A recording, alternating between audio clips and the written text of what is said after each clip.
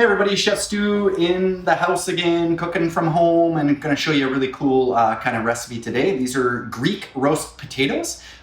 This recipe, obviously with a couple of tweaks and additions and subtractions, can easily be any kind of roast potatoes. I spent the better part of my life trying to find a roast potato recipe that does not stick to the pan. There's one crucial element to all of this, and as long as you follow that, your potatoes aren't going to stick to your pan anymore, which is very, very annoying for anybody who's done it.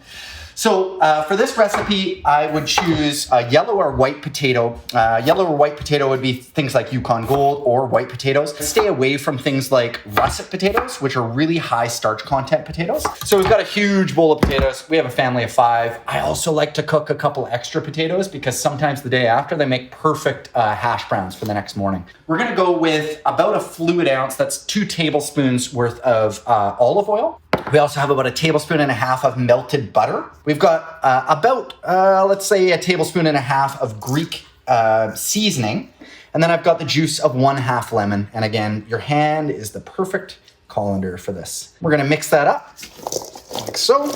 So the key to having roast potatoes not stick to the bottom of your pan is to preheat your pan for a good long while at a high temperature. So I do about 10 minutes. I leave the whole time I'm prepping, just leave my pan in the oven. I like 425, let's stick at 425. So we got this in here and it's a very, very quick, should hear that nice sizzle on there. Should aim to have it spread out as much as possible. And back in it goes. And we will see you in about 15 minutes. Okay, so we're halfway through on our potatoes. We are going to check them out here. Our potatoes on the bottom. You want to do this as quickly as possible. We should see some color on the bottom. We do see some color on the bottom.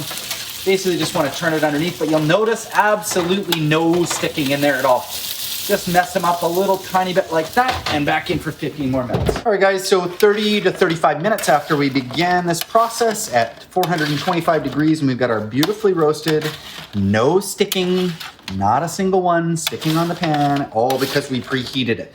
So again, 425 for about 30 to 35 minutes, and you too can have perfectly roasted potatoes.